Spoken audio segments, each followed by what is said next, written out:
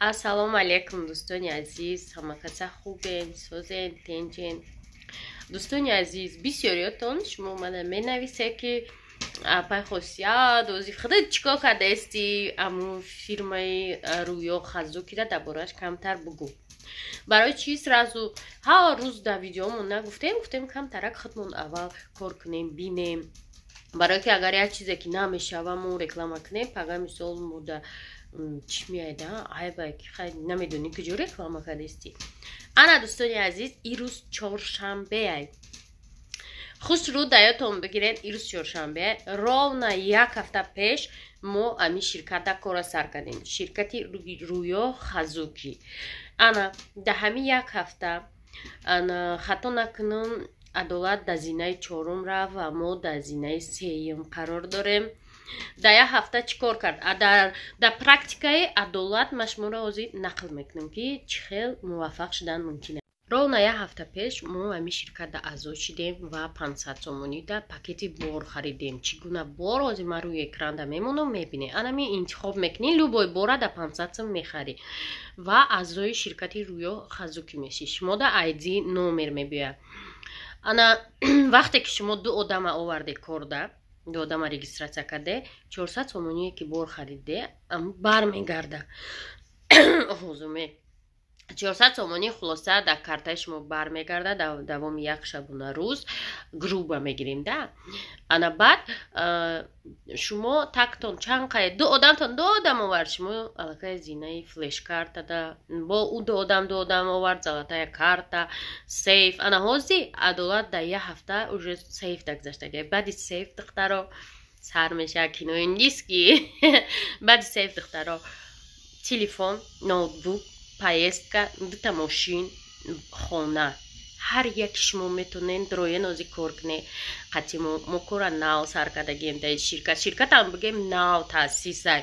از بعضی هم میگن ای اپا خاصیت ایقا رجیستراسیونش دیره خیلی کنست ای شما در اگان شرکت 25 ساله 12 ساله 30 ساله نیست که در سکون همه کارو شوه. نه اوستا شده است با چنبول در تاجیکستان نه ای خیلی پیدا شده. برای همین سرازو همه چی نمیشوه. انا کم ترک طاقت میکنه اما سیستم ها را جابجا میکنن، نو کارن.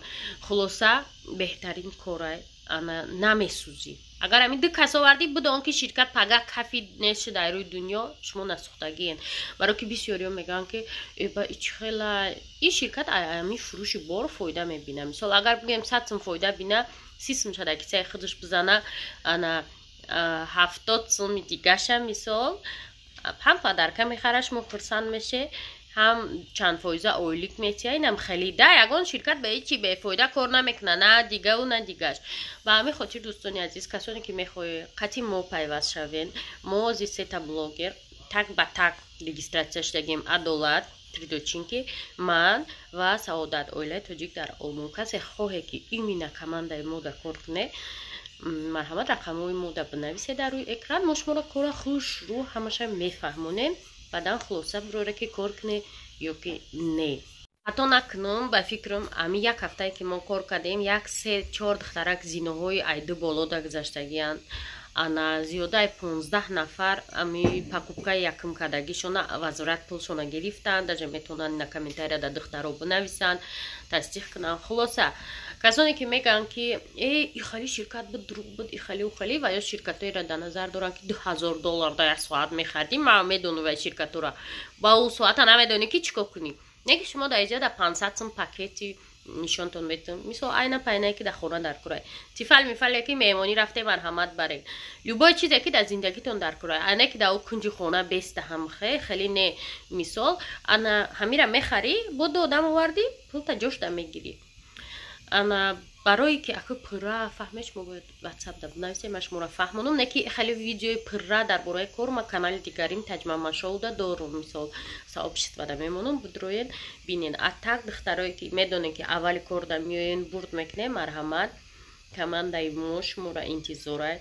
کسی که این مینا کماندای مو میبیاید دوستانی عزیز مثلا به واسطه یا ما یا سعادت یا عدالت مراجعت میکنه برای رجیستراسیون ما یک آدم کمکش میکنیم. یک آدم برای که اول در آدم اومدن هیچ کنه کردن ما دو آدمی دادیمشون 400 سومی گرفتن رفتن دیگه تمام.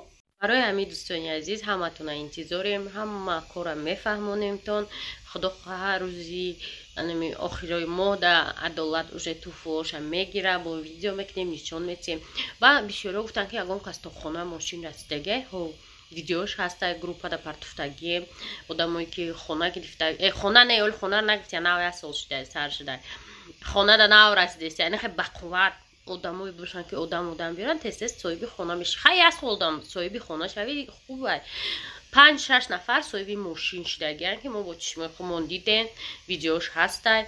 انا ما که نمیدونم با فکر میل با آفیس رام پرسم که کачественный ویدیو باشه مونم. انا بعد سیاحت یک گالا آدم رفته که گروپمون دروین همه ویدیوشون هسته، مثال تماشا کنین معلوماتی پور را گیره پیش ایا کارا کردن بعد کار کنید دوستان عزیز. با самое главное نپرسیده اشواتون کار نکنید желательно. انا میخوام دوستان عزیز این بود کم ترک معلومات درباره کاری ما. انا اگه دوامش در ولاگ تماشا کنید. السلام علیکم دوستان عزیز.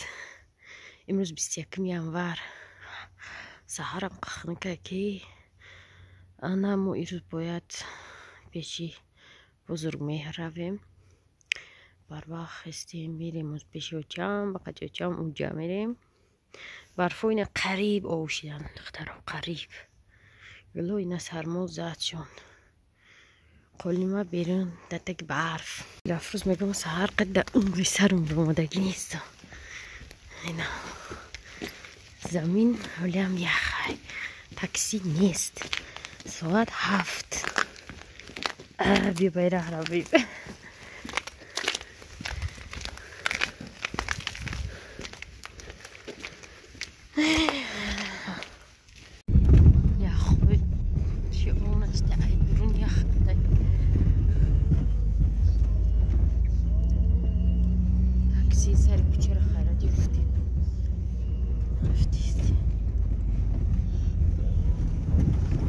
کوچه کلان در آبادی یه آبادی مشروطه پشروطه 1 تن آدمو را زد دارد. بعد اتوبوسی 2 در کره 2 خانه بی اومدیم یخ نه برای اجازت برای اجازت اجازه من خوبم هم میبینی اینو تا چیه کاغذ میتیم باش بزرگ باید روی من که چی نکردی اپو کی دفت پیشگوی من زمستانم خیلی چند سال پیش دیده بودی. کجا میگوی؟ ترا پرسیدستان سوا اینتر میگه 15 سال پیش بودم بخیر. آخه خودت کایده یا تایده؟ خودم خاطرم نبود بخیر خودش ندیدم. خنکی بعدم؟ خنکی بعد خیلی یاخی که همین با قپیش ندیدم. هر روز کنسرت داره جوش مو. اینو یعنی ها. کنسرت چه میگی؟ خنکی. شبیه فعلا بود نشده. خونه زور سخته. چه قیمت خریده؟ خیلی خونش کلام. پیشم قیمت خرید. هیچ کده بینی صاحب به غذای مو. کی میاد دیگه؟ نه می سحری روز شنبه هم خوام. بیسته خیلی. خیلی پیش کن برو بودیم. سینی چی میدیم؟ ای سینی بزرگ چه میدیم ها؟ ترمو دا جش کسته گیانه. چه میدیم؟ سینش مونده. تلفیزی زا. قطعی لفظ شب کتکش سرمازدگی. انا آمدیم کارو برای قدیمی بی قریب کردیم. استریچ گرفتیم روزی چهارشنبه نصیب اینجا آمدیم. اول دو رفتیم خوردیم. برای که از هر چی نخورده بودیم اینجا آمدیم. سر چای گرفتیم. ازی سرم در کردیست. کل میگم بیزور کرده رو سر در بکنم. چیه؟ اینه یه در جای چیه؟ با میخرن که نمیاد نمک کردیم.